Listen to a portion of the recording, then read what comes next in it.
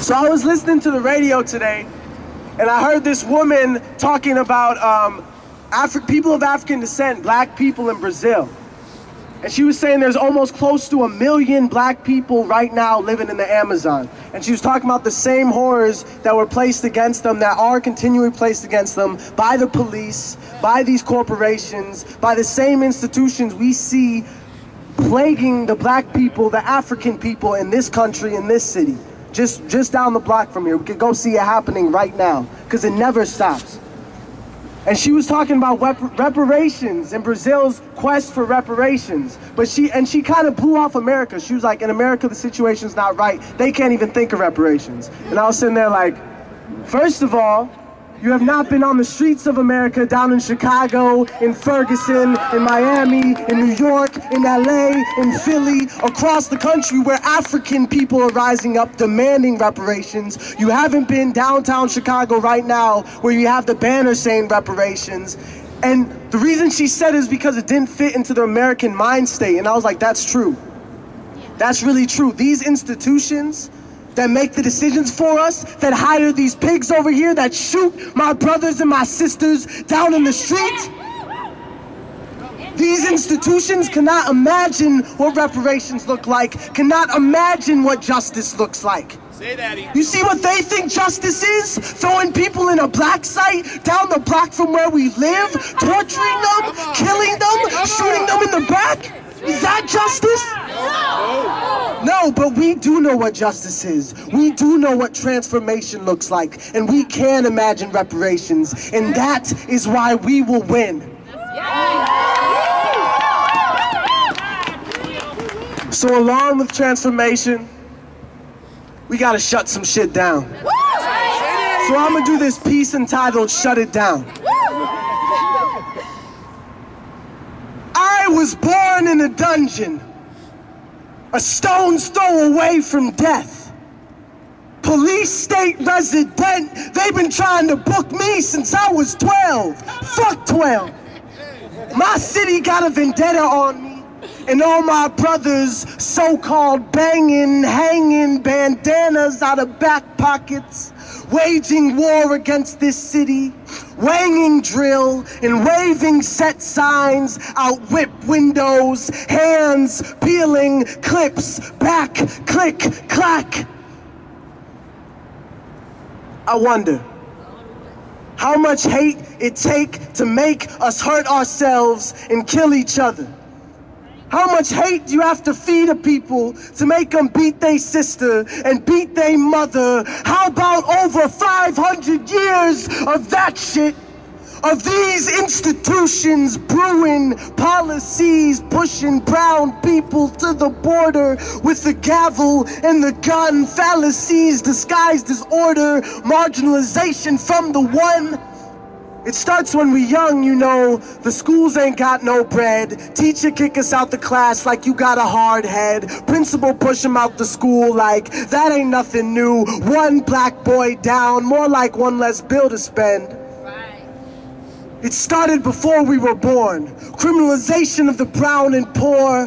Violence is only a symptom of this unbalanced and broken, sick system. Got glass ceiling, separation between us with less and them with more. My city is sick. This silicone face of downtown masks the decay of our children dying in its belly. The city is sick.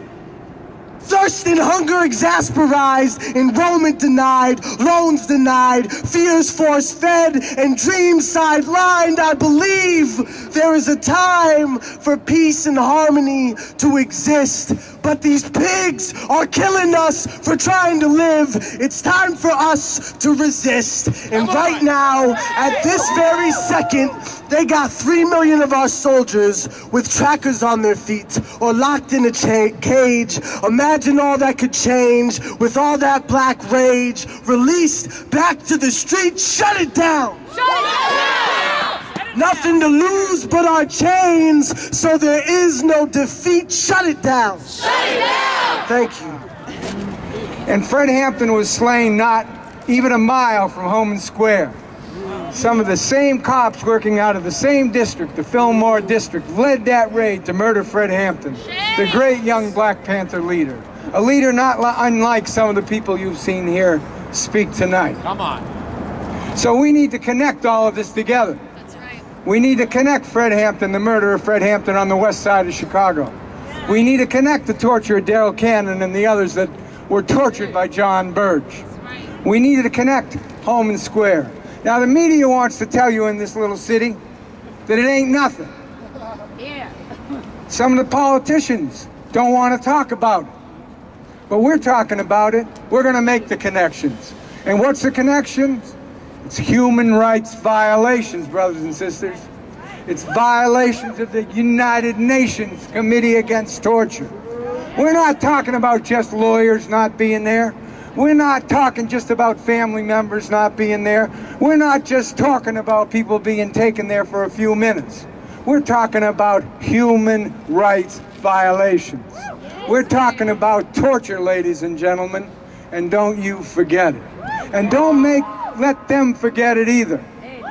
Don't let Rom forget it, and don't let Chuy Garcia forget it either. Because we ain't gonna forget it. Let's have an investigation. What are they afraid of? If it ain't nothing, then the investigation will show that it ain't nothing. Now, isn't that right? But I'm telling you, and you're telling me, that it's something. It's human rights violations. It's racism. It's racist human rights violations on a scale that we don't know because they ain't telling.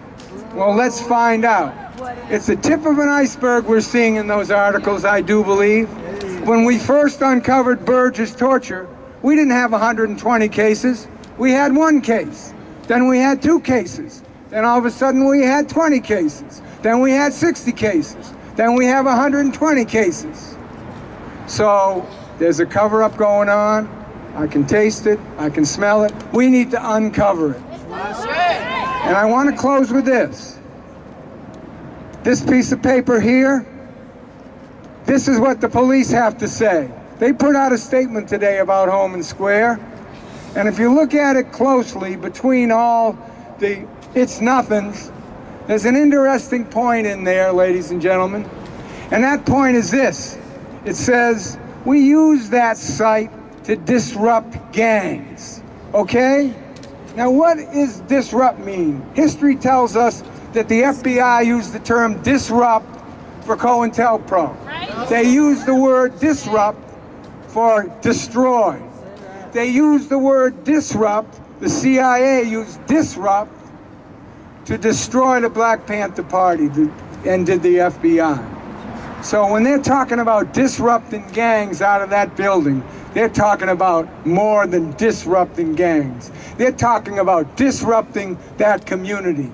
They're talking about disrupting our young Black and brown people. So they are being forced now, they're being forced now to say something. And whenever they say something, we learn something. So remember, human rights violations, from Fred Hampton to the torture by Burge to Homan Square. Reparations now, investigation now. Thank you.